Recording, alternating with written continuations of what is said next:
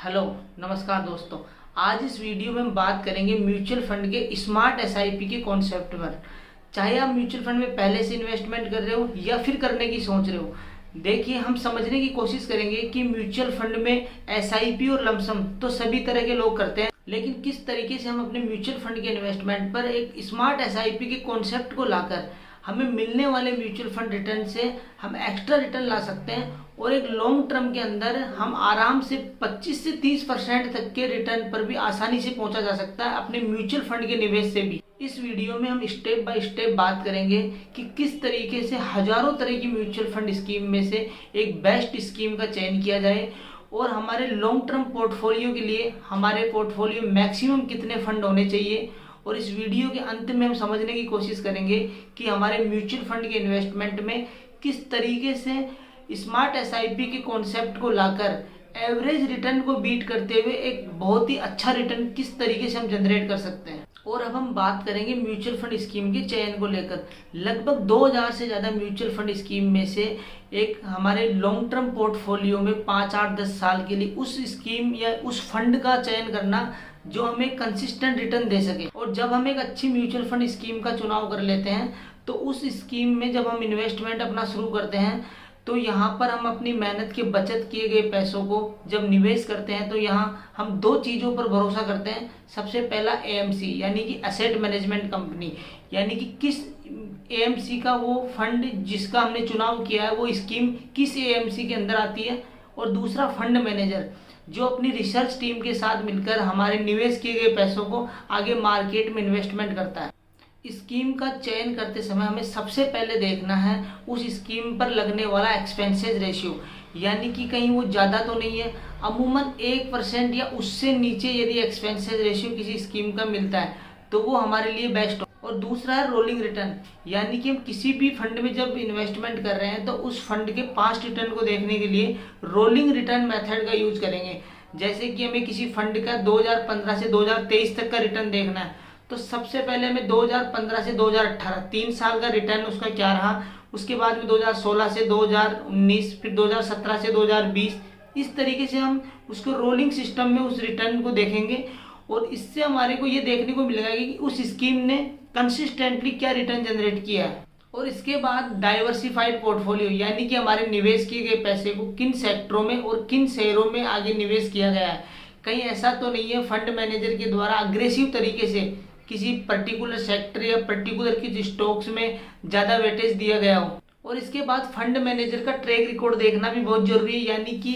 जिस स्कीम के हमारे म्यूचुअल फंड पर जो फंड मैनेजर काम कर रहा है उस फंड मैनेजर की क्वालिफिकेशन, एक्सपीरियंस, इससे पहले वो कौन कौन से म्यूचुअल फंड में काम किया है और उसके कार्यकाल के दौरान उस म्यूचुअल फंड स्कीम का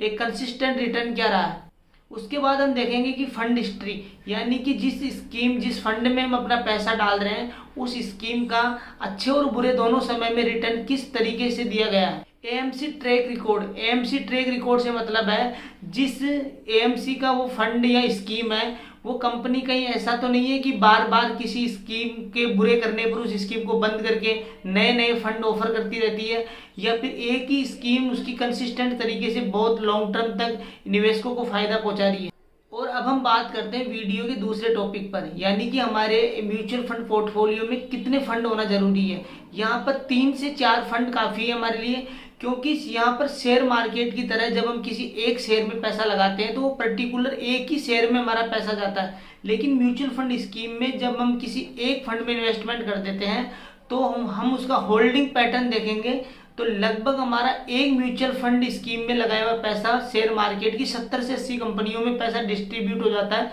यानी हमें 70 से 80 कंपनियों का वेटेज मिल जाता है। तो हम यहाँ पर म्यूचुअल फंड पोर्टफोलियो बनाते समय एक स्मॉल कैप, एक मिड कैप और एक लार्ज कैप, तीनों तरह की कैटेगरी के शेयर को एक एक फंड ले सकते हैं, जिसमें हमें छोटी कंपनियों से लेकर मार्केट की बड़ी कंपनियों में लगभग 3 फंड में निवेश करने से सैकड़ों कंपनियों में हमें निवेश करने का मौका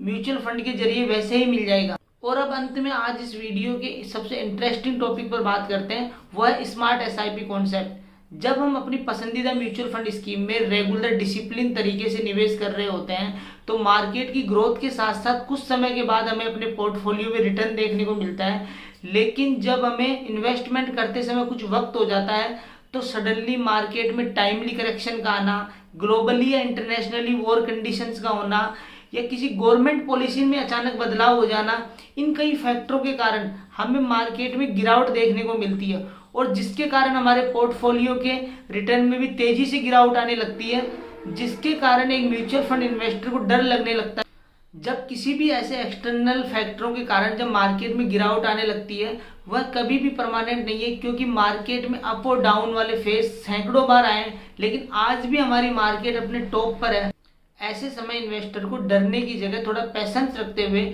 जब मार्केट में गिरावट आने लगती है और मान लीजिए कोई इन्वेस्टर 5,000 रुपये मंथली किसी म्यूचुअल फंड स्कीम में रेगुलरली SIP कर रहा है और निफ्टी के हर 500 पॉइंट गिरने पर सेम म्यूचुअल फंड स्कीम में लमसम इन्वेस्टमेंट का सहारा लेते हुए 2-3-4 हज़ार रुपये उसमें निवेश कर दे और जैसे जैसे मार्केट में गिरावट बढ़ने लगती है तो गिरावट के हर लेवल पर निवेशक सेम म्यूचुअल फंड स्कीम में कुछ न कुछ लमसम अमाउंट उसमें निवेश करता रहे कंटिन्यू। जब भी मार्केट में इस तरह की गिरावट आने लगती है तो हमारे पोर्टफोलियो की जो लार्ज कैप फंड होता है, जैसे मान लो वो 5% गिरता है तो उसके अगेंस्ट हमारे मिड कैप और स्मॉल कैप फंड 10 से 15% गिर जाते हैं। ऐसे समय पर SIP को बंद ना करते हुए हम एक काम और कर सकते हैं। हम जिस म्यूचुअल फंड स्कीम में निवेश कर रहे हैं उस म्यूचुअल फंड की AMC हमें अपने इन्वेस्टमेंट पर एक स्विच फैसिलिटी अवेलेबल करवाती है। स्विच फैसिलिटी से हमारे मतलब, जैसे मान लीजिए हमारा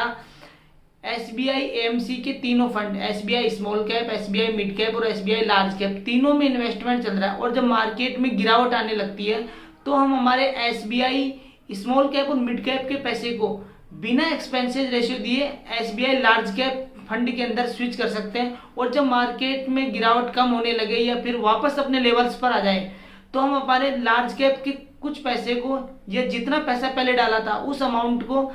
उसी स्विच फैसिलिटी का यूज करते हुए बिना एक्सपेंसेस रेशियो दिए SBI स्मॉल कैप और SBI मिड कैप फंड के अंदर वापस शिफ्ट कर सकते हैं।